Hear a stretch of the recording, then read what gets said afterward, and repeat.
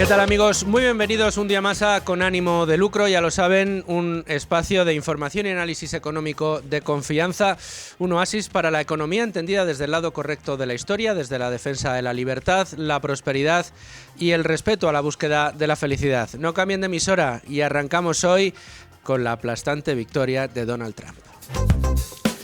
Se lo habíamos prometido ayer mismo, hoy en plena resaca por esa victoria electoral de Donald Trump, vamos a analizar precisamente el alcance de estos resultados ayer en Estados Unidos. Como decimos, victoria aplastante y sin paliativos del candidato republicano. Ha ganado la presidencia, las dos cámaras y la Corte Suprema. Una victoria que además se traduce en una enorme caída del Partido Demócrata, que ha conseguido que la candidata que eligieron a dedo, y esto hay que recordarlo, no una candidata elegida en las primarias clásicas de los partidos en Estados Unidos, que es como vienen eligiéndose los candidatos desde hace ya mucho tiempo, bueno, pues fue elegida a dedo. El señor Biden era evidente que no podía asumir una candidatura para una reelección y se decidió que fuera Kamala Harris. Las encuestas la han tratado de una manera muy benévola, a juzgar por los resultados, y el caso es que después de lo que vimos ayer es evidente que no era ni de lejos la mejor candidata para los demócratas. Hoy aquellos que han votado por Kamala Harris reaccionan entre lágrimas. Es quizá uno de los vídeos más virales probablemente entre el público republicano. Si quieren una muestra de ellos, escuchen. I will see you in fucking hell, you fucking asshole. If you voted for that man, or if you didn't vote, fuck you. How the fuck is this still happening? We're scared for our lives, we're scared for our friends. It's so terrifying. How the fuck are we back in this same situation again? Estas son algunas de las reacciones que se han podido compartir a través de redes sociales de buena parte de los votantes demócratas que han querido ellos mismos, a sí mismos, grabarse en esta situación de desesperación, llorando, gritos, lágrimas. Claro, han dibujado durante la campaña a un candidato, Donald Trump, vamos, no como si fuera Hitler, es que directamente a Kamala Harris le dijeron si pensaba que Donald Trump era Hitler y dijo que sí, que por supuesto que era Hitler, con lo cual si crees que es una figura totalitaria que viene a, pues no sé, a encarcelar a los inmigrantes, a cerrar absolutamente las fronteras, a convertir en una dictadura a Estados Unidos y a acabar con la democracia, pues es lógico y normal que se escuchen estos gritos. Sin embargo, bueno, pues también estos gritos no solo son fruto de eso, sino de, como decíamos, unas encuestas que han dado unos resultados, han avanzado unos resultados que han distado finalmente muchísimo del resultado final. Hablaban de probablemente las elecciones más reñidas de la historia de Estados Unidos y no lo han sido. Finalmente la victoria de Trump ha sido holgadísima y la derrota de los demócratas ha sido una derrota absolutamente sin ningún paliativo. De nuevo ha vuelto a suceder, como decíamos, las encuestas no presentaban correctamente el apoyo que tenían los republicanos, pese a que llevábamos muchos años que se decía. Aquí el propio Dani Rodríguez Herrera, en el análisis que nos suele hacer los lunes de cómo van las cosas en Estados Unidos, hasta ahora hemos hablado con él siempre de la campaña electoral. A partir de ahora hablaremos de las medidas económicas que vaya tomando el gobierno de Donald Trump, pero en cualquiera de los casos Dani siempre nos decía, no, es que tradicionalmente en los medios de comunicación y en las casas de encuestas en Estados Unidos el voto republicano está infrarrepresentado y por eso unas encuestas que dan a priori una situación muy igualada, lo normal es que ofrezcan una realidad detrás que es un mayor apoyo del que figuran a los republicanos, más que el demócrata, que sí que estaría bien representado por esas encuestas. También había analistas que decían que no, que después de la victoria de 2016 de Donald Trump, pues que el voto republicano ya no se esconde y que habría sido representado correctamente en las encuestas. Claro está que Daniel Rodríguez Herrera tenía razón en este caso y no los otros analistas.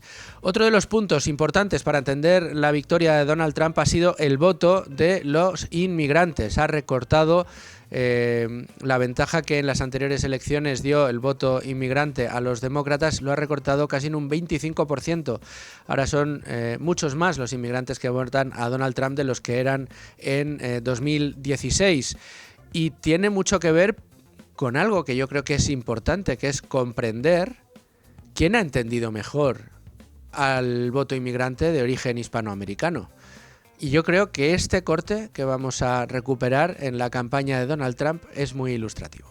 Which do you prefer? Latinos. Let me give it one more shot. Latinos. Hispanics.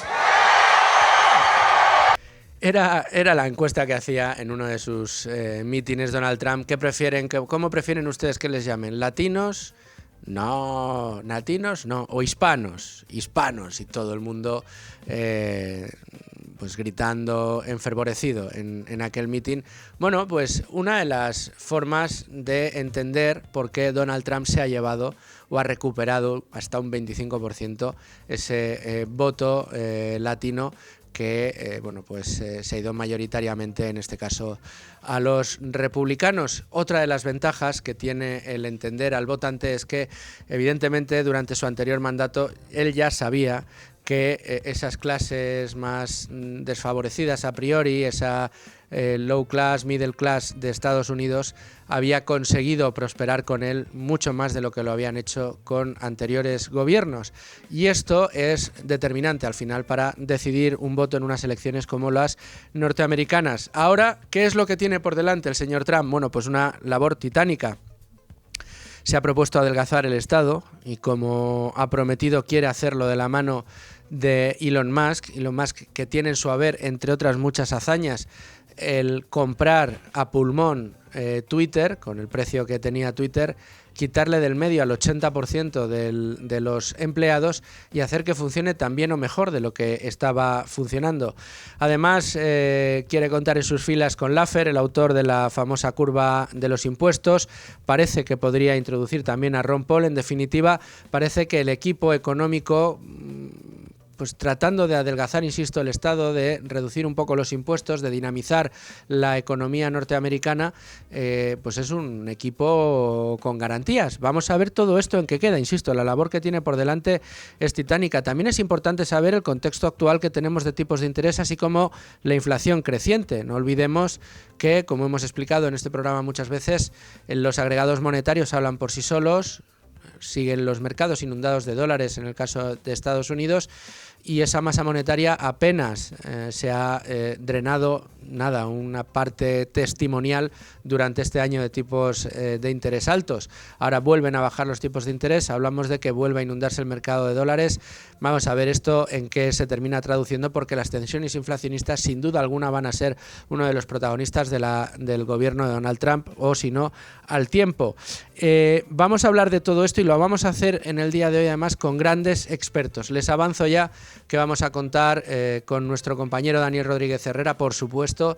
Vamos a contar con uno de nuestros analistas de cabecera que conoce perfectamente Estados Unidos y que además lo sigue con mucho interés siempre, que es Ignacio Moncada, a quien tendremos también aquí en el estudio. Y también podremos hablar por teléfono con Enrique Navarro para que nos hable de esa parte más de política exterior que podemos esperar de Donald Trump. Finalmente, en los mercados, también para averiguar cómo está afectando esto a los mercados, hablaremos con Gonzalo Recarte. Ya ven que tienen un menú importantísimo por delante, pero lo primero es lo primero, y en este programa, siendo con ánimo de lucro y en Radio Libre Mercado, hay que asomarse a la portada de Libre Mercado con Beatriz García. Beatriz García, muy buenas tardes. Muy buenas tardes, Luis Fernando. Estábamos escuchando ahora mismo a ese cortecito, golpecito, sí, como le llamamos nosotros, golpe, de Yolanda Díaz, hablando de la vivienda, pero es que tenemos que hablar del empleo. Hombre, tenemos que hablar de esta persecución que la ministra de Trabajo lleva a cabo contra las empresas afectadas por la DANA desde que se desató la catástrofe. O sea, no ha querido la ministra ponerse del lado del empresario, del lado del que crea empleo, para ayudarle en lo que requiera. No, está empeñada en perseguirles y les lleva amenazando casi desde el primer día con la inspección de trabajo. Nosotros hablamos con los inspectores que alucinan con las declaraciones que hace Yolanda Díaz, porque dices que va a llegar primero en serio la inspección de trabajo que el ejército. Unos dicen que bueno, desde Madrid, que ven que la ministra habla mucho, pero luego en lo que se materializa es en nada. Otros inspectores desde Valencia nos cuentan que sí que se están dando ya instrucciones para fiscalizar si las empresas mandaron a los trabajadores a trabajar en circunstancias criminales, como dice Podemos, o no, que menos mal que trabajaron los trabajadores durante todos los días de la catástrofe, porque si no, ¿quién habría alimentado a los ciudadanos? Menos mal que había supermercados abiertos. Unos días abrieron, otros días no. Cuando se podría abrir la puerta y entrar al comercio se trabajaba, y si no se podía porque el torrente de agua no se lo permitió, no entraba nadie a trabajar. Entonces hay que darle las gracias a las empresas desde aquí por colaborar, por ayudar a los afectados, y a Yolanda Díaz, que hasta sus propios inspectores tienen que recordar que las empresas no son demonios, que no son el diablo, y que, por favor, que también hay, detrás de una empresa, hay un nombre, apellido, una familia que se ha arruinado y lo ha perdido todo. O sea, basta ya, Yolanda Díaz, de perseguir en estos momentos, sobre todo, es que no hay peor momento que ahora. No, desde luego que no, y además con ese discurso en el que se señala como el gran culpable de todos los males que van a venir a partir de ahora a las empresas afectadas de la zona. Parece que, oye, es que la riada se llevó por delante de mi comercio. ¡Explotador! Que vas a despedir a tus trabajadores. O que vas a no sabían lo que se les venía encima. Por eso, lamentablemente, había negocios abiertos. Y luego no olvidemos a Podemos, que está allá detrás dando nombres: Mercadona, Inditex, Coca-Cola, Ikea. Que nada, que quiere que le sancionen por también por haber abierto. O sea, es impresionante. Es tremendo lo de esta gente. Yo no sé en qué mundo viven, honestamente. Y luego, también lo comentabas al principio, una cosa a destacar son los posibles fichajes que podría realizar Trump para su gabinete. Por un lado tenemos a Elon Musk, que es el más seguro, que se le encargará posiblemente reducir el tamaño del Estado y también los gastos del propio Estado y simplificar todo el armamento burocrático. Se comenta que podría incorporar a la FED para dirigir la Fed y en el 2026 sustituir a Jerome Powell. Y otra cuestión también bastante interesante para los más liberales sería la incorporación de Ron Paul en el gabinete para reducir también lo que es el despilfarro de dinero público. Y sin embargo, pues algunas polémicas, ¿no? Desde un punto de vista liberal al menos, pues sería la cuestión del control de la Fed, que ya digo, si introduce a la Fed podría estar más segura que la gestión de la autoridad monetaria norteamericana será eficiente, pero no está del todo claro. Y luego, sobre todo, la cuestión de los aranceles, porque lo que sí plantea Trump es implementar un arancel de 10% sobre casi todos los bienes importados y aranceles específicos del 60% para los productos chinos. Bueno, pues no se puede decir más ni mejor en menos tiempo, Rubén. Te agradezco el poder de síntesis. Ahora vamos a ir desbrozando todo lo que has ido apuntando con ayuda de nuestros colaboradores. No te vayas muy lejos por si me hace falta que me eches una mano todavía, pero vamos a dar la bienvenida ya a nuestro analista habitual de Estados Unidos, ese Quo Vadis Yankees que tenemos todos los lunes con Daniel Rodríguez Herrera. Ya le dije, hombre, el miércoles, como no vas a dormir, no te voy a molestar, pero el jueves sí. ¿Qué tal, Daniel? ¿Cómo estás? Muy bien, aunque ayer intentaste que me quedase aquí hasta... Hombre, intentar, lo tengo que intentar siempre. Fueron más reñidas las dos anteriores, hombre, las de 2020 y 2016. Las de 2016... Lo que pasa es que, claro, los titulares se basan exclusivamente en las encuestas, y es verdad que yo no había visto nunca unas encuestas con unos porcentajes diferenciados. O sea, tú veas yo siempre miro...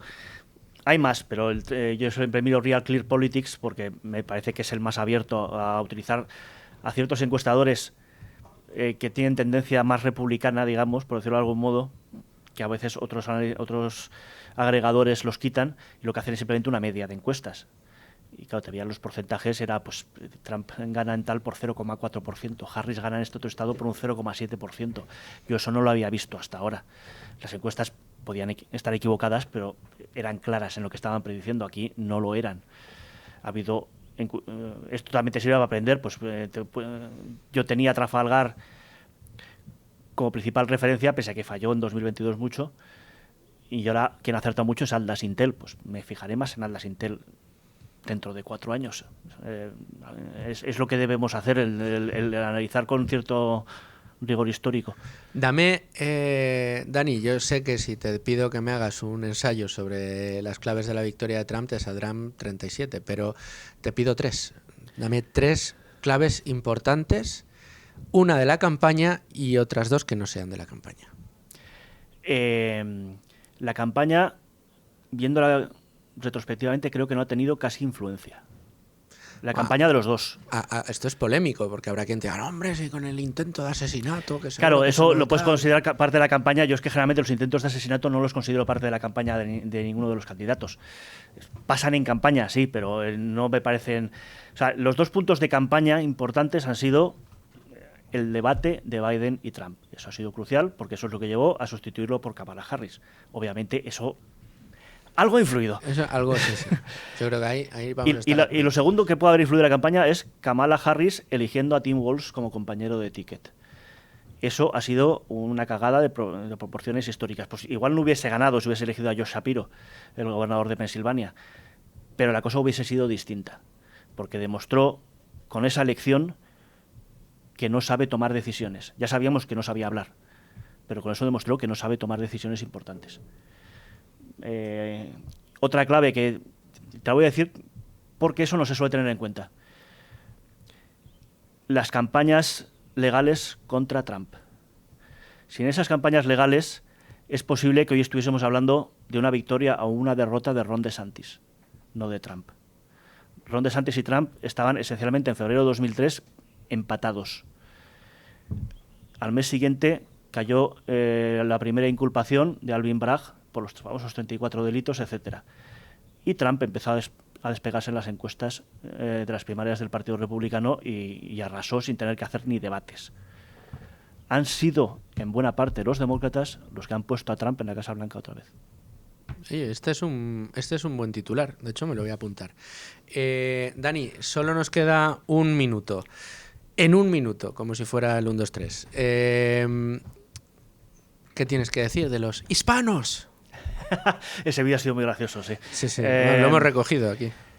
Lo que hay que decir es que la demografía no es destino, que es una cosa que se ha dicho, se ha demostrado ya muchas veces, pero estas elecciones, de nuevo, mucho más.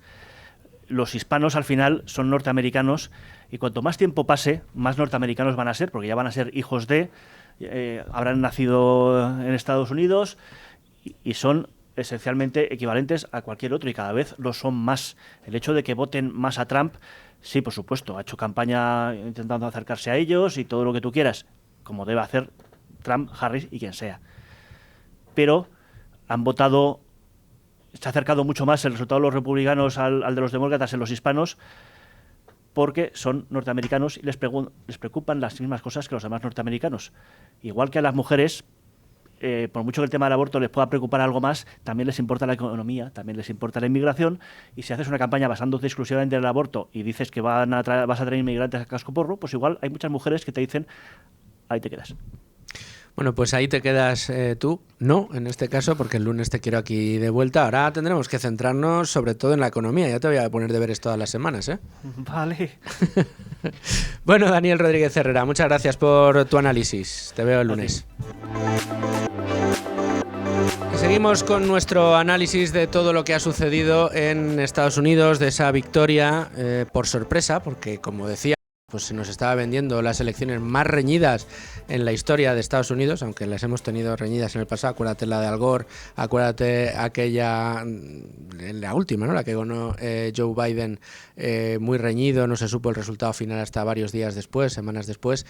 Bueno, pero esta iba a ser todavía más reñida y al final victoria aplastante del republicano. Después de Dani Rodríguez Herrera les había prometido que traía Ignacio Moncada y aquí lo tengo conmigo. Ignacio, ¿cómo estás? Pues muy bien, Luis Fer, aquí encantado como siempre. Oye, un gusto poder hablar de este tema, además tú que has vivido en Estados Unidos y que es un tema que sé que te apasiona.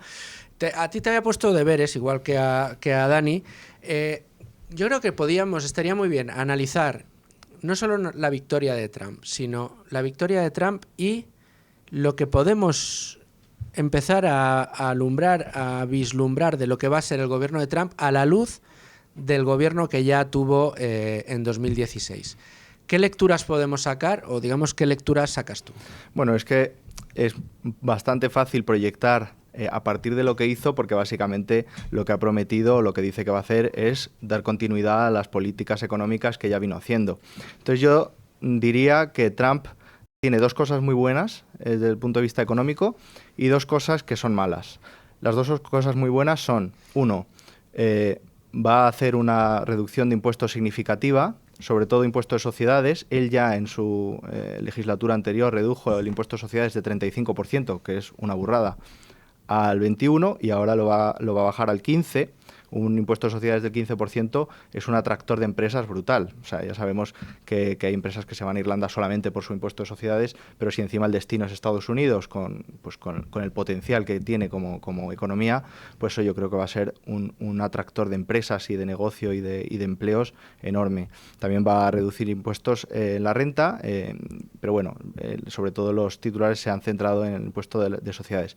Y el otro punto muy bueno es, incluso yo diría que es mejor que el anterior, es continuar con lo que ya venía haciendo de liberalizar la economía, o él suele llamarlo desregular la economía, que básicamente es quitar burocracia, papeleo, quitar trabas al negocio y al emprendimiento, para, sobre todo, desarrollar ciertas industrias que están empezando a despuntar y que Estados Unidos quiere ser, digamos, la punta de lanza, ya lo es, pero quiere ser todavía más, porque se sabe que tiene mucho potencial, como por ejemplo la inteligencia artificial, pues toda la industria del vehículo autónomo, de infraestructuras inteligentes, una serie de sectores que pueden tener mucho más potencial si se les quita ese yugo de la regulación, liberalizando la economía. Y para eso, además, pues Cassie Ticket ha traído de la mano a Elon Musk, que ya ha demostrado, como decías tú al principio, cogió Twitter, redujo en un 80% la plantilla y Twitter seguía funcionando exactamente igual, pero eso, digamos, es un poco anecdótico, pero vamos, Elon Musk lo que está haciendo es conseguir que los viajes espaciales, por ejemplo, puedan reutilizarse los cohetes, las naves, es decir, está abaratando, simplificando muchísimo todo el proceso de lo que es enviar tripulación al espacio, hacer misiones espaciales, y eso Trump lo quiere aplicar en otros ámbitos de la economía, digamos, adelgazando el Estado, quitándole trabas, burocracia, quitando grasa. Y eso yo creo que es muy bueno, incluso mejor que reducción de impuestos, pues es eso. Y luego también tiene dos partes negativas. Una de ellas, y lo dijeron los mercados según ganaba, hay dudas de que sea capaz de controlar la deuda pública que tiene Estados Unidos, ¿no? Se piensa que no va a ser capaz de reducir el gasto lo suficiente o al menos no a la velocidad a la que pretende bajar la recaudación de impuestos, y el bono, pues al anunciarse la victoria de Trump, se hundió, es decir, los tipos de interés se dispararon. El tipo de interés de la deuda pública americana a largo plazo está en 4,5%, que es una burrada. Y eso es porque hay dudas de que pues, sea capaz de controlar la deuda pública, de que eso no genere episodios de inflación, etcétera. Es una de las partes negativas. Y luego la otra es el proteccionismo, la estrategia que ya hizo en su anterior legislatura de subir aranceles, lo cual pues sabemos, digamos, los economistas, el 99% de los economistas opinan que los aranceles es algo malo. Si preguntas a los políticos es al revés, es un porcentaje bajo. Los políticos suelen gustar los aranceles porque no entienden la riqueza que destruyen, pero básicamente a Estados Unidos le interesa que tener libre comercio con otros países, una división del trabajo internacional, y eso se sabe que se aprovecha tanto Estados Unidos como el resto de sus vecinos y aliados comerciales. Estoy ojeándome para el programa de hoy, para preparar el programa de hoy. Me he estado leyendo con detenimiento el informe que ha elaborado Free Market, o que está elaborando Free Market. He tenido acceso a él y da algunos datos muy interesantes, entre ellos que Estados Unidos, para aquel que no lo sepa, es el primer inversor extranjero en España en términos de stock, con 106.950 millones de euros, casi un 20% del total. ¿Esto puede estar en riesgo? pues si realmente aplica los aranceles que dice que va a aplicar, que son, quitando China, que les va a aplicar unos aranceles del 60%, pero al resto del mundo y a todos los artículos ha llegado a decir que los iba a subir entre el 10 y el 20%, no a subir, sino a poner unos aranceles de entre el 10 y el 20%. Eso es demoledor tanto para las exportaciones como para las importaciones, pero también, en consecuencia, también para el flujo de capitales. Al final, si los dólares no fluyen hacia afuera, digamos, si los dólares... si ellos no exportan, luego tampoco son capaces de invertir con tanta, digamos, alegría con la que podrían invertir con un sistema de libre mercado. Y luego que España... directamente es que no está en el foco de Estados Unidos ahora mismo. Se ha convertido en una economía pues de turismo, tiene algunos nichos en el que tiene buena industria, buenas potencialidades de negocio, pero en lo que está pensando Trump y los americanos es con Asia, sobre todo con China e India. Respecto al gobierno... Bueno, espérate, porque me dice Rubén Folguera, es que le tengo aquí cerquita y me va chivando cosas, que tenemos un corte de los que, vamos, del discurso de la victoria de Donald Trump, que tiene mucho que ver con esto que estabas comentando tú antes, de lo que quiere hacer Elon Musk, lo que le gusta a Trump de lo que puede hacer Elon Musk dentro de la administración americana. But this spaceship came down and I saw those engines firing and it looked like it was over, it was going to smash, and then I saw the fire pour out from the left side and I put it straight and it came down so gently and then it wrapped those arms around it. I said, who else can do that? Nobody can do that. I said, that's why I love you, Elon. Estaba diciendo Donald Trump, vi cómo el cohete caía, cómo aquella estructura abrazaba al cohete para poderlo reutilizar y pensé, esto no lo puede hacer nadie en el mundo, solamente Elon, por eso te quiero, Elon, por eso quiero que estés conmigo, ¿no? Bueno, es que Elon Musk yo creo que ha conseguido cautivar, al igual que lo hizo Steve Jobs en su día, y en Estados Unidos existe mucha tradición pues de admiración a ese tipo de inventores, empresarios. Aquí los ponemos a parir. Aquí ponemos a parir a Mancio Ortega, a Juan Roch, a todos aquellos que triunfan en España. Tenemos una clase política que se dedica a criminalizarlos. Allí no, allí es otra cosa. Ahí les admiran y de hecho pues uno de los motivos por los que Trump se acerca a Elon Musk es por ese tirón que tiene entre la gente pues más emprendedora, más joven, y además que hace cosas que pues que no se habían visto nunca, como pues lo de los cohetes, los viajes espaciales, todo lo que está haciendo con Tesla, con la inteligencia artificial, con la robótica.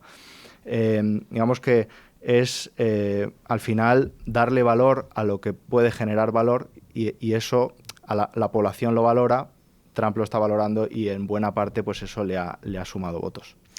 Una de las partes, comentaba yo antes con Dani, que yo creo no se ha terminado de entender bien. De hecho, algunos de los amigos que tengo en Estados Unidos son de origen inmigrante y votantes demócratas en su mayoría, y no son capaces de entender el vuelco que ha dado el voto hispano, el voto inmigrante en Estados Unidos hacia Trump, ¿no? De un voto tradicionalmente cautivo para el Partido Demócrata que se ha ido directamente a votar a Donald Trump. ¿Tiene esto que ver un poco con el resultado que tuvo para este nicho poblacional precisamente el primer gobierno de Trump? Una clase generalmente asimilada a la clase baja, media en Estados Unidos que, gracias a esas políticas de adelgazamiento de amigas de los negocios para que atrajeran inversiones, permitió pues bajar enormemente el paro, aumentar la renta disponible de las familias y colocar a esta clase, digamos, un poco más desfavorecida, que le costaba llegar a fin de mes, en situaciones ya de middle class norteamericana asimilables a cualquier otro nativo del país. Bueno, ha sido absolutamente clave tanto la mejora que tuvieron estos colectivos durante su primera legislatura, sino como ya digamos que los partidos políticos se están posicionando orientando hacia colectivos sociales distintos a los que eran en el pasado. Los demócratas, la izquierda, se ha convertido en un partido político que apoya básicamente, o que le apoyan los estudiantes universitarios y las rentas altas, mientras que Trump, sobre todo y más después de haber añadido a su ticket a J.D. Vance, su vicepresidente, pues le da mucho valor pues a la industria, pues a la clase obrera, por así decirlo, a los trabajadores, y por eso ha arrasado en lo que se llama el Rust Belt, que son pues todas esas zonas industriales de Estados Unidos que estaban de capa caída, Michigan, que es donde está Detroit, Pensilvania, todos estos estados en los que hay mucha clase trabajadora, no especialmente, digamos, no universitaria, pero sí, pues simplemente necesitan que alguien, digamos, unas políticas favorables hacia aquello que están haciendo, que es ser un trabajador en una industria, pues que es una industria que en un entorno muy competitivo. Y luego, además de eso, digamos que estos colectivos han sido especialmente, digamos, les ha hecho especial daño la inflación que ha habido en los últimos 2-3 años.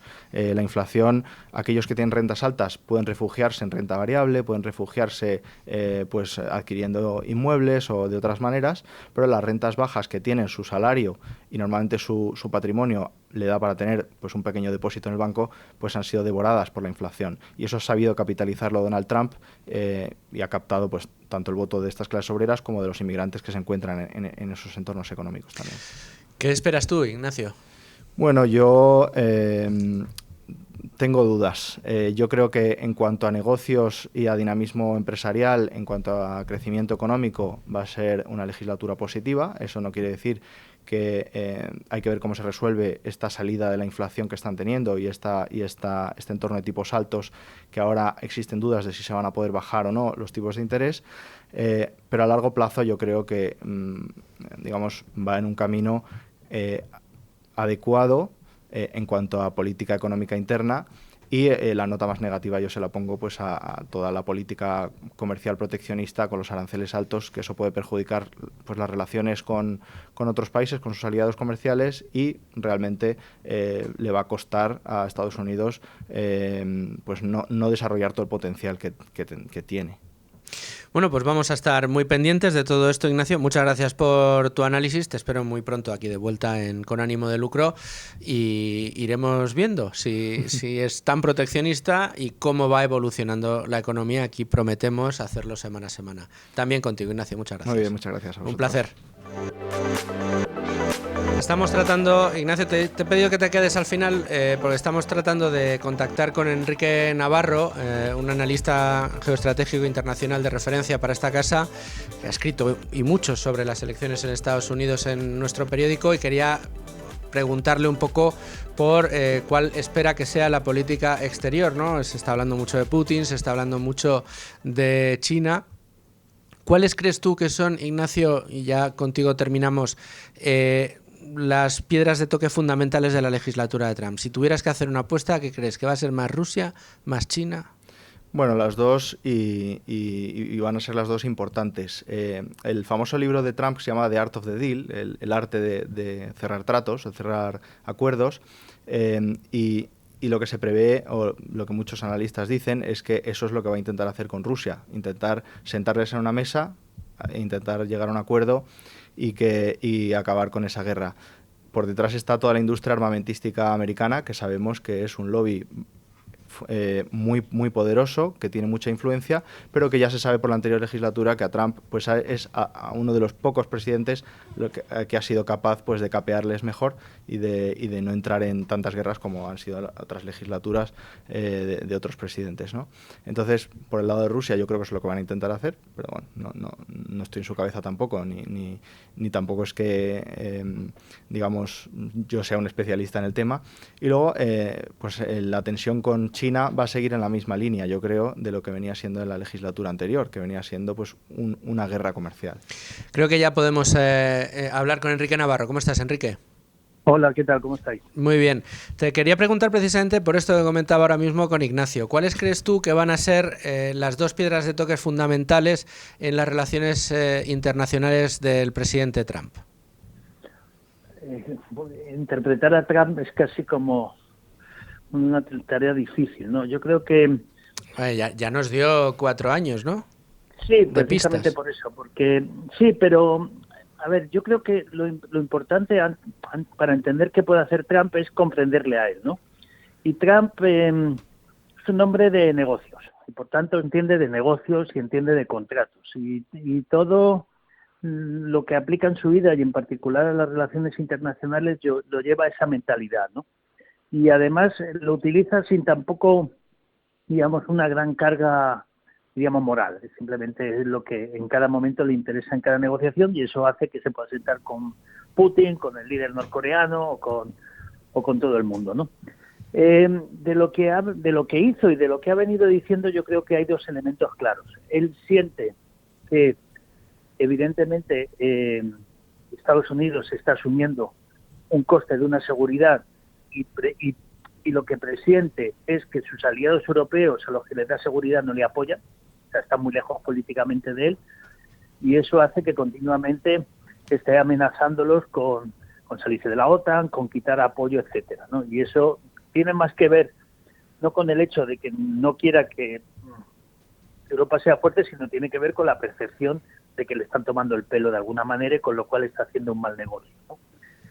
Lo segundo es que, a ver, Trump, si tú quieres ser el país más grande del mundo, tienes que ser el país más poderoso del mundo. Tienes que ser capaz de imponer tus valores y tus principios y tus intereses a las demás potencias, ¿no?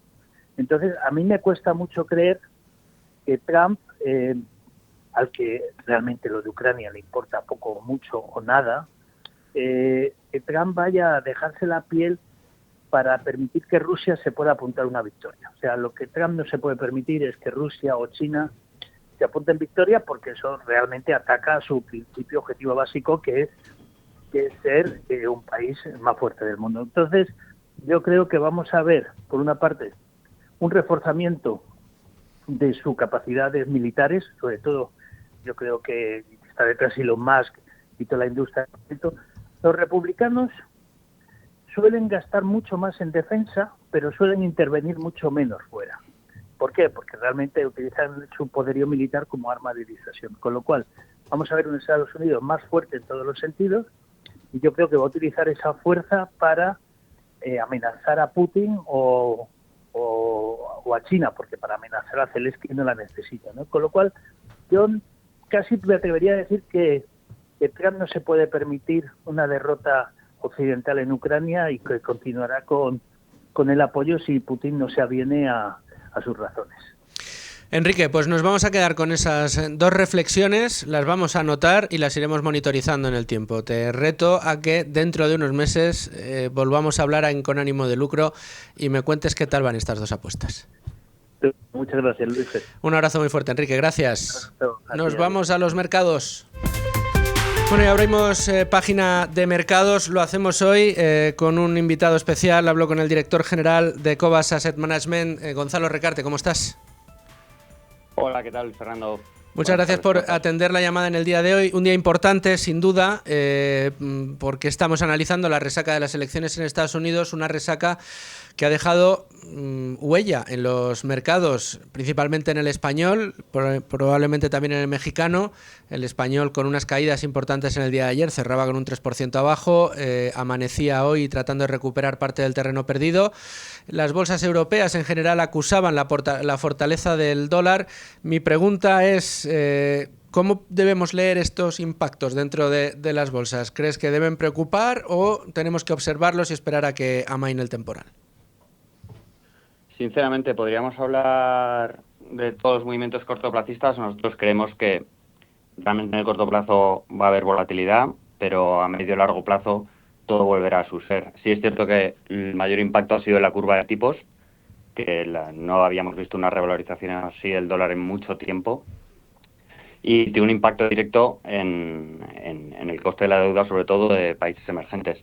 Ahora bien, yo lo que veo muy claro es cómo el mercado reacciona ante políticas liberales que permiten incrementar los beneficios a largo plazo y una Europa que es predominantemente socialista, más socialista, con más regulación, y se vio claramente ayer en el movimiento de los mercados cómo reaccionó Europa y cómo reaccionó Estados Unidos, con la mayor subida en mucho tiempo, con nuevos máximos históricos.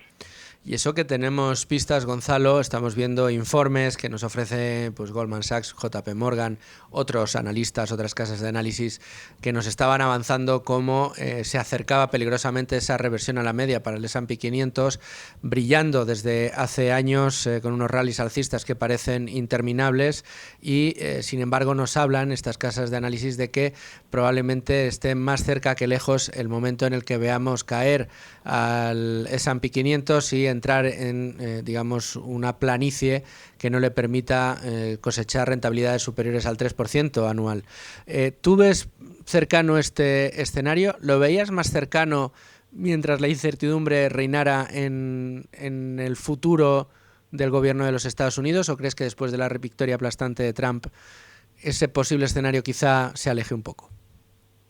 Partiendo de la base que nosotros, nuestro análisis suele ser bottom-up, es decir, nosotros nos centramos en las empresas y no tanto en la macro, a ver, la capacidad de generar beneficios a futuro de un montón de sectores, muchísimos sectores, se ven muy beneficiados por la victoria de Trump. Ahora bien, los múltiplos a lo que está cotizando la bolsa americana, justificados por esa mayor libertad que beneficia a los beneficios respecto a Europa, que siempre cotiza con una prima, respecto a Europa, creo que está llegando a unos límites que no tardan mucho en ajustarse.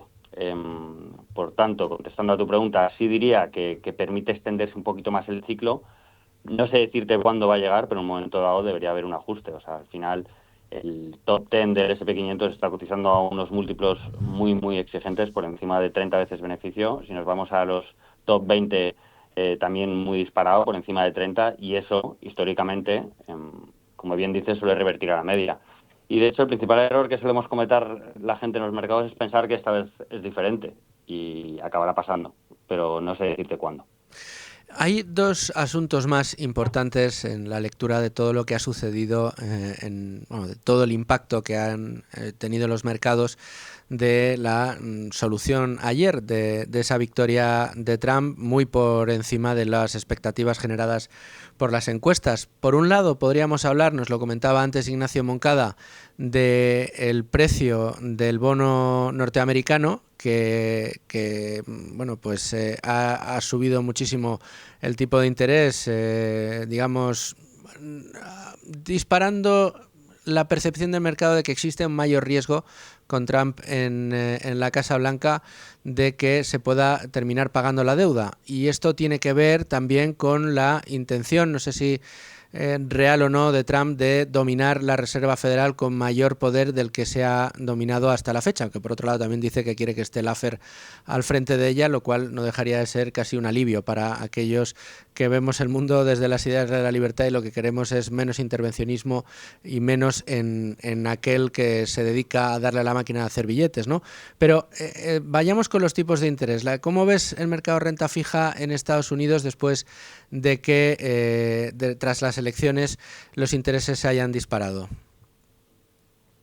A ver, sinceramente, más que una lectura intervencionista de la Reserva Federal, yo veo un poco, son los resultados de las declaraciones que ha tenido Trump, sobre todo respecto a las aranceles, que puede suponer una mayor inflación en Estados Unidos y, por tanto, lo que está descontando el mercado de diversas bajadas de tipos a lo largo de 2025, pues se las esfumó en prácticamente un día. Aparte de esto, este diferencial de tipos con Europa va a generar otra vez un carry trade. Se va a ver una mayor demanda de dólares y, por tanto, la revalorización, el mercado de renta fija, que suele ser el que se anticipa a todos los movimientos, ayer lo descontó claramente. No sé tanto si llegará a poder tener esa influencia que dices en la Reserva Federal, pero lo que está claro es que por lo que Trump se caracteriza es que si anuncia algo, lo suele cumplir. Entonces el mercado de renta fija ayer reaccionó a las declaraciones que lleva haciendo durante toda la campaña, básicamente. Por último, y no te quiero molestar más, sé que estás ocupadísimo, Gonzalo, otro de los valores que hemos visto dispararse con la victoria de Trump más allá de Tesla es el propio Bitcoin. No sé cuál es tu acercamiento personal a este activo, si crees que terminará convirtiéndose en una reserva de valor homologable al oro o si sigue siendo un experimento que no sabemos a dónde va a llegar. Pues me encantaría poder tener una opinión muy profunda sobre el Bitcoin. Sinceramente no es algo que domine ni esté en mi ámbito de competencia. Sí te puedo decir que tengo un poco de FOMO porque nunca he invertido en Bitcoin. Desde Cobas tampoco además es algo que entendamos y está en nuestros activos invertibles. Ahora bien, vuelvo a lo mismo. Sus declaraciones de Trump siempre han sido de regularizarlo, potenciarlo, fomentar que las instituciones participen en el mundo Bitcoin y, por tanto, me parece lógico el movimiento con nuevos máximos anuales. Creo que llegó a decir incluso que Estados Unidos se iba a convertir en un país en el que parte del ahorro debería estar canalizado a través de Bitcoin. Entonces, bueno, aquí ciertamente, Luisfer, no puedo darte una respuesta muy profunda. Bueno, pero de la próxima y última pregunta yo creo que sí. Sí. A ver, los fondos de Cobas tienen cierta exposición a Estados Unidos. ¿Cómo lo leéis lo que ha sucedido? ¿Creéis que va a ser favorable? ¿Va a favorecer vuestras inversiones? Tienes un minuto literal. Un minuto literal. Bueno, como he dicho, nosotros nos centramos en la micro, es decir, porque a todas las compañías les afecta el entorno macro. Nosotros entendemos que a largo plazo lo que determina el valor de una acción es el beneficio. Pues el primer movimiento nos ha beneficiado mucho, porque nosotros no cubrimos, por ejemplo, la divisa y toda la revalorización del dólar, de toda la parte de la cartera que tenemos en dólares, pues ha venido muy bien. Luego, por supuesto, en términos medioambientales, el impulso que quiere dar al oil and gas también nos viene bien, aunque no era algo con lo que contábamos, porque al final la parálisis en inversiones que ha habido en el mundo del oil and gas, aunque puede perjudicar al Brent por haber una mayor oferta, sí es cierto que los proyectos de inversión van a seguir adelante y nosotros tenemos muchas compañías de infraestructuras y de servicios de oil and gas. En temas de seguridad también, es decir, todas las declaraciones en cuanto a Trump, de que el país tiene que ser autónomo y dejar de ser como la Guardia Civil del mundo. De momento positivo, de momento positivo. Positivo. Pues ahí nos quedamos, Gonzalo, muchas gracias. Nos vamos al boleto informativo. Nada, un saludo. Volvemos. Bueno, y como todos los jueves abrimos a esta hora ventana a esa gran apuesta liberal que sigue desempeñando Javier Milei en Argentina. Un vistazo que vamos a echar hoy de la mano del profesor José Ignacio del Castillo. José Ignacio, ¿cómo estás? Hola, buenos días. Un placer tenerte de nuevo aquí en Con Ánimo de Lucro y para echar este vistazo a Argentina en un día importante porque estamos en la resaca de las elecciones en Estados Unidos, unas elecciones que seguro han resonado también en Argentina y bueno, pues de momento quizá una de las primeras cosas que podemos contar es que si la semana pasada ya estábamos celebrando una caída notable del riesgo país en Argentina, una caída, caída es muy suave, podemos decir un desplome del riesgo país en Argentina y ayer volvía a caer con fuerza. ¿Podemos decir que tiene que ver con esa victoria de Trump o no tiene nada que ver? Sí, yo creo que ha ayudado. O sea, ya como dices tú venía cayendo, pero el hecho de que Trump y Milei sean afines políticamente y que Trump pueda también contribuir un poco a mejorar las condiciones del posible préstamo del Fondo Monetario Internacional, entre otras cosas, pues yo creo que ha ayudado también, sí. Claro, una de las consecuencias, leíamos que Javier Milei celebraba la victoria de Trump diciendo que esto sería algo así, no sé, el textual del presidente Milei, pero algo así como que la victoria de Trump era el principio del fin de la hegemonía de la izquierda en el continente americano. Casi podemos decir que el principio del fin fue él, Javier Milei, con su histórica victoria en Argentina. Pero, ¿compartes las palabras de Milei? ¿Crees que es un cambio notable que va a iniciar una época en la que los regímenes socialistas van a estar de capa caída? Sí, o sea, culturalmente sin duda es una gran derrota para la izquierda, para todos los paradigmas que defiende y también entre ellos, por supuesto, la hostilidad que tienen ante la creación de riqueza, bueno, y todo lo que sean fortalecer organismos internacionales hiperreguladores, ¿no? Luego es evidente que no es exactamente el mismo modelo económico.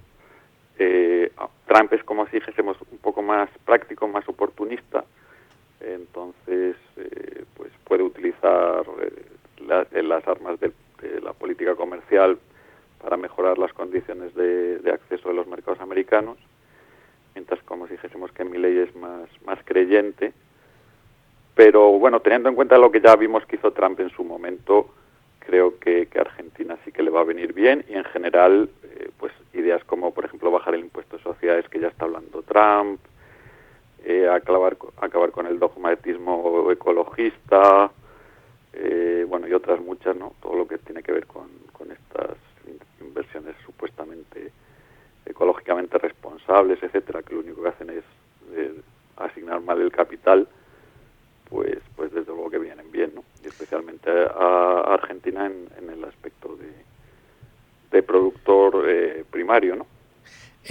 Por aquí te quería yo atacar en este caso, José Ignacio, atacar desde el buen sentido de la palabra. Claro, yo una de las cosas una de las ventajas que tengo por dirigir este programa y por tener la suerte que tanto tú como Alan hayáis aceptado el reto de semana a semana entre los dos e ir viendo cómo avanza esa gran apuesta liberal de Argentina, es que me permito la licencia de pediros pistas, ¿no? De, oye, ¿qué empresa te ha gustado esta semana? ¿Qué sector te has fijado aquella, ¿no? Yo voy haciendo ahí mi lista y luego iremos viendo las notas que sacamos cada uno, ¿no?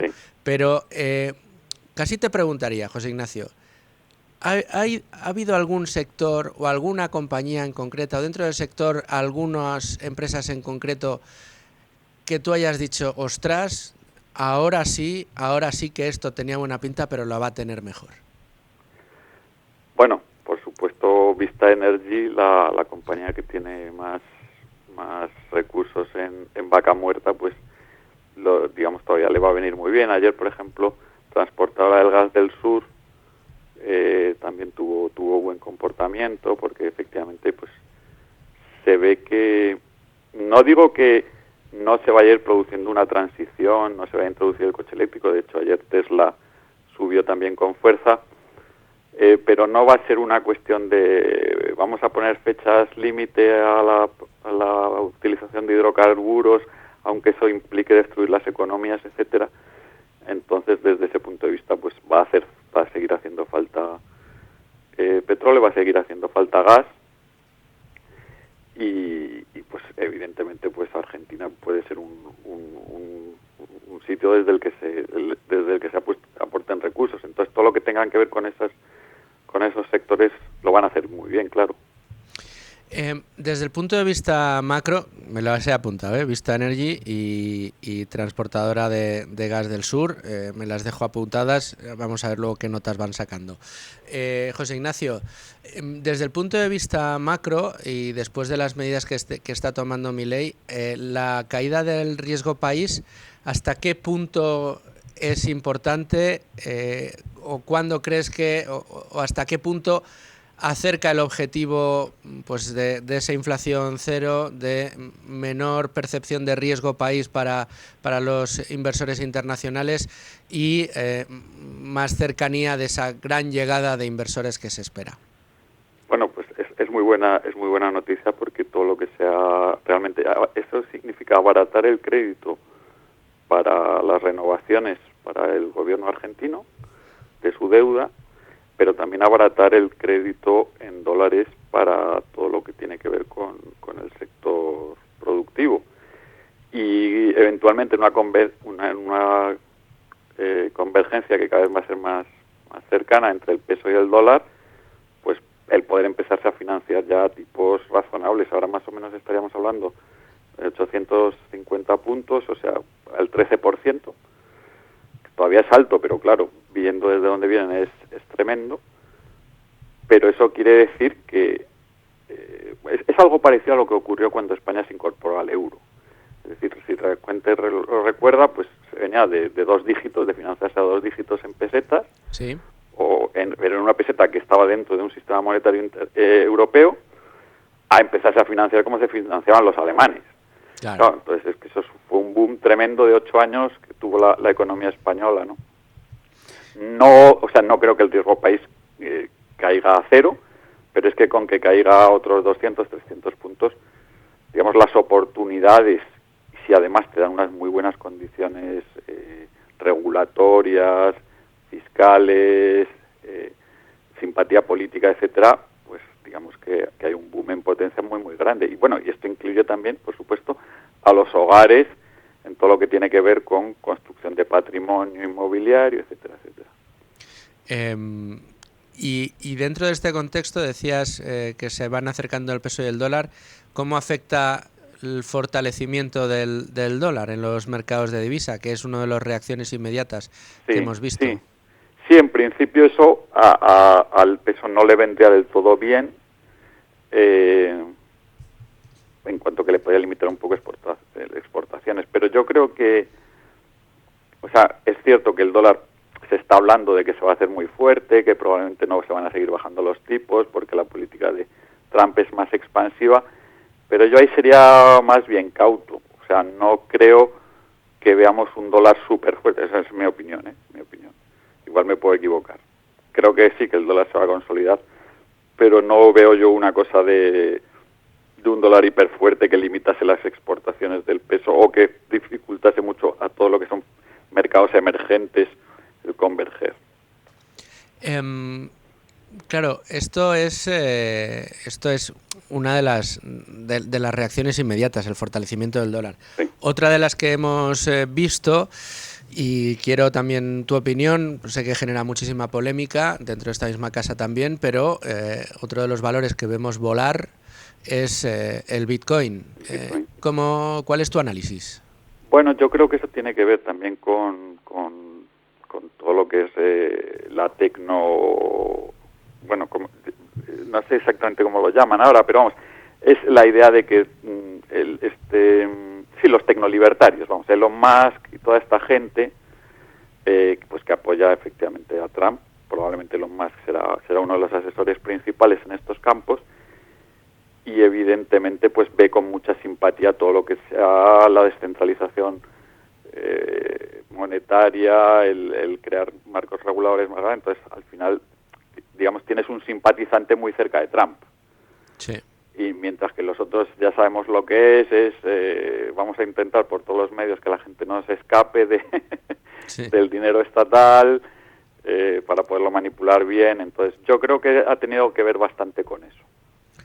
¿Tú crees que ese acercamiento de la figura de Elon Musk es lo que hace pensar que Trump no va a tener una administración, digamos, Bitcoin hater, sino al revés? Bitcoin friendly, sí. Y también es lo que creo que hace que todavía más la posibilidad de que un sector, no todo, por supuesto, pero con Elon Musk, con Peter Thiel y con otros, de la tecnología, de la nueva tecnología, deje de estar totalmente alineado con la izquierda en todo lo que tiene que ver con Internet, etcétera. Y por ese campo pues sabemos que hay una legión de bitcoiners que de hecho van a tener más presencia. Sí, bueno, yo alguno conozco, José Ignacio, creo que tú también, alguno que otro, que estaba ayer entusiasmado, vamos, estaba eufórico, no tanto por la derrota de Kamala Harris, sino porque miraba su pocket o como, claro, no sé, el monedero virtual, veía los bitcoin que estaban allí, vamos, cantando como ángeles, ¿no? No sé si quieres destacar algún punto más o tienes alguna interpretación más destacable de la victoria de Trump y su posible afectación sobre Argentina, pero yo creo que hemos resumido un poco, digamos, los puntos en los que más nos vamos a tener que fijar ahora, ¿no?, dentro de Argentina. Sí. Hay gente que está diciendo, ya para terminar, como que como Milei ya se sabe que es aliado de Trump, pues que Trump no, y lo tiene asegurado, pues como que no le va a favorecer tanto porque lo tiene yo lo veo al revés. Yo creo que el hecho de tener un aliado tan grande en el Cono Sur, a Trump le interesa implicarse en que todo el proceso de Milei salga bien. O sea que desde ese punto de vista son muy buenas noticias. Pues con eso nos quedamos. Atiende a ese can que te reclama. Sí, José Ignacio, muchas gracias. Un abrazo, Hasta luego. Y llegamos a ese ratito que tenemos cada semana para hablar con Carmen Tomás. ¿Cómo estás, Carmen? ¿Qué tal? Buenas tardes. Muy Pues bien. oye, muy bien, ¿no? Yo el que más contento está, como sabes, de hablar contigo, es uno de mis ratitos favoritos de la semana, porque, bueno, pues oye, hay que promocionar, y como tú y yo somos los que nos quedamos con el mediodía del fin de semana en el radio, tú con Economía para Todos y yo con Tu Dinero Nunca Duerme, pues oye, qué mejor que hacernos un poquito de promoción, ¿no? Como Exacto, decimos, poquito, cebarlo, poquito. cebarlo. Cebarlo, sí, sí, sí. Además, esta semana, pues me gusta porque vamos a hablar de todas las ayudas que el gobierno ha prometido. Vamos a ver, entonces analizaremos muy bien cómo hay que hacerlo, si eso va a ser ágil, las diferentes cosas que se van sabiendo ya, que se han dejado fuera determinadas personas. Por ejemplo, pues un camionero que pasaba por allí con su camión y se lo han destrozado, pues va a tener acceso a ayudas directas, o sea, agujeros y otras cosas para ver si realmente no va a ocurrir como en otras ocasiones, pues en las que las ayudas han llegado tarde y mal o ni siquiera han llegado. Y hay que tener en cuenta que aquí estamos hablando de un tercio del PIB de la Comunidad Valenciana, de un 25% del empleo solo en la provincia, de que hay, pues me parece que han dicho los notarios, 134.400 inmuebles de todo tipo que están cao. Entonces, bueno, en fin, son unas cifras tremendas. Ha sido una catástrofe, yo creo que todos estamos de acuerdo, sin paliativos, de las peores de nuestra historia reciente. Hay que irse a hace 2 siglos para encontrar una destrucción similar en la zona, en 1830 y tantos me parece que fue. Otra riada que también se llevó por delante decenas de vidas y en aquel momento pues el tejido productivo, que era fundamentalmente el sector primario en aquella época. Hoy 54.000 comercios, leía me parece ayer, salvo que se haya actualizado la cifra, han desaparecido literalmente, han sido arrasados por esta riada, por no hablar del sector primario, ¿no? Decimos mucho, ¿no? Las tierras de cultivo, el campo, las campañas de cítricos para las próximas épocas también. Pero por eso precisamente en esta ocasión lo dijo, vamos, no es por nada, pero lo escribí ya esta semana al principio para OTR, pero ayer le oí en Dieter al presidente de ATA y dijo lo mismo, dijo, oigan, que esto no es una dana, que no es cuestión de un ERTE, o sea, ver un ERTE lo pueden presentar y se han presentado de hecho grandes empresas que bueno, sí, que va a tener problemas y tal, pero no, es que estamos hablando de que no existen decía, es que no existe el local, no existe la maquinaria, un bar se ha quedado sin nada, entonces no es un ERTE, es una ayuda directa, ya, rápida, para poder reconstruir eso y pues eso, con una declaración responsable, rápido. Ya están hablando de que hasta el 1 de diciembre no empiezan a dar el dinero, a partir del 1 de diciembre. O sea, ¿sabes? Como que, oye, vamos a ver, que estamos hablando de 2 meses, que es desde, que luego ya sabes, los desde, pues hasta dónde pueden llegar. Y luego, pues, que faciliten absolutamente todo. O sea, Hacienda tiene todos los trámites. O sea, ¿quién va a tener ahora un papel en el que ponga que esa casa es tuya, una escritura, O sea, hay que facilitar muchísimo a la gente todo esto, porque no hay negocios. O sea, no es que la gente se haya quedado en casa y no pueda salir y la empresa está cerradita y bien. No, es que no hay empresa. Y luego, como decía también, claro, como decía también Lorenzo Amor, es que tampoco hay clientes, porque la gente no va a tener dinero para comprar, ni para ir a los restaurantes, ni para ir a los bares. O sea, es totalmente diferente a la pandemia y estos están con el rollo del ERTE como si fuera la gran solución y no. O sea, hay que agilizar todo eso. Así que bueno, vamos a ir mucho por ahí porque es lógico, pero luego también vamos a estar atentos a ver cómo puede afectar a Europa por la victoria de Trump, pero también esta cosa de última hora de los problemas con el gobierno de Alemania, que era lo que le faltaba a Alemania ahora, estar con un gobierno débil, y seguramente acabarán en elecciones porque va a ir a una moción de confianza, pero no parece que se vayan a dar mucha confianza. Tendría que volver la gran coalición y no sé, en fin, bueno. No, es pero otro esto que problema añadido. dices de cómo va a afectar la victoria de Trump, bueno, mira, hoy hemos dedicado el programa al completo a analizar un poco, quizá por ser la resaca lo más inmediato, analizar los puntos en los que Trump ha logrado convencer a sus electores y las claves, desde luego, de ese hundimiento del Partido Demócrata, que ha encontrado en Kamala pues quizá la peor candidata posible, y además una candidata que, hay que recordar, fue elegida a dedo en el partido que venía a salvar la democracia, ¿no? Cuando Trump, el que venía a destrozarla, fue elegido en los caucus republicanos, en las primarias republicanas, como es tradición en el país, ¿no? Pero es verdad que tenemos que analizar el impacto que pueda tener la llegada de Trump al gobierno norteamericano en las finanzas españolas. No en vano, Estados Unidos, si no recuerdo mal, creo que es el país del que más importamos y desde luego uno a los que más exportamos nosotros. Sí, es decir, y pero luego sobre todo esa política de aranceles, cómo nos puede afectar a muchos de nuestros productos, si va a ser así, ese miedo que hay en Europa, ¿no?, a los aranceles y a las relaciones, ¿no?, a las relaciones tan importantes que son siempre, que va a tener el tiempo que quede a Sánchez para agilizar eso y para llevarse bien, porque tenemos muchos intereses en que las cosas vayan bien con Estados Unidos, ¿no? Eso no cabe la menor duda.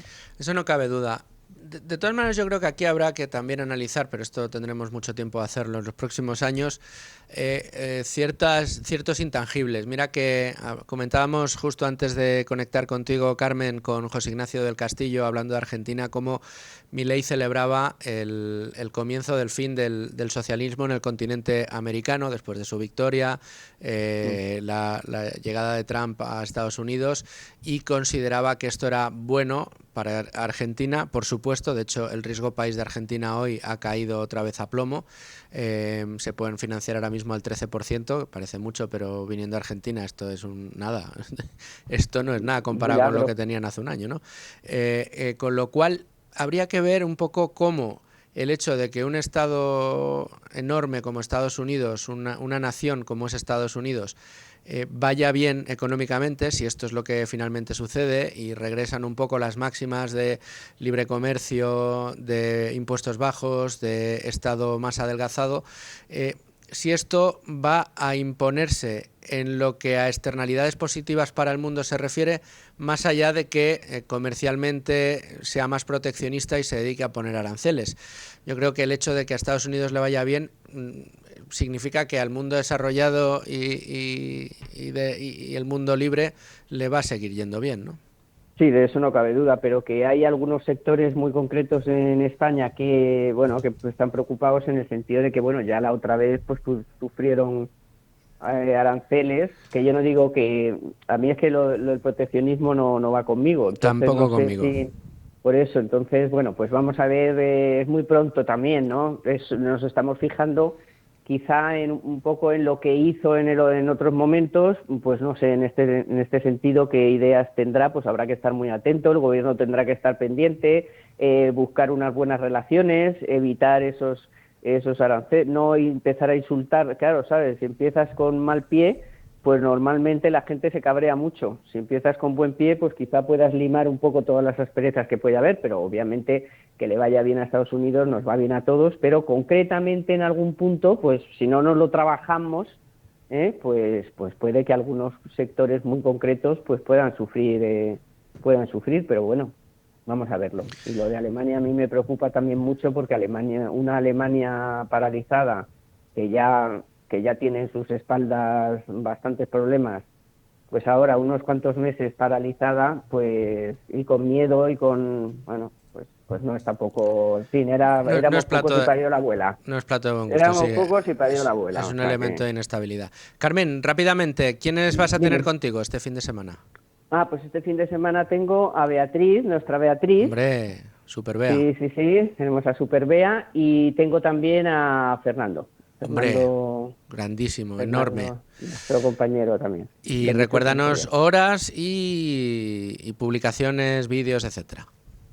Pues bueno, ya saben que a las 2 el sábado estamos en Es Radio, a las 3 en Libertad Digital Televisión y luego pues enseguida estará el podcast en YouTube y en todas las plataformas que nos quieran escuchar para hacerlo en cualquier momento, en el gimnasio, en el coche, en donde quieran. Pues Carmen, muchísimas gracias, como siempre. Gracias a ti, por favor. Un abrazo. Venga, un besito, adiós. Y a todos ustedes, señores oyentes, muchas gracias por estar ahí un día más. Aquí les espero mañana con asuntos de su interés. Hasta luego.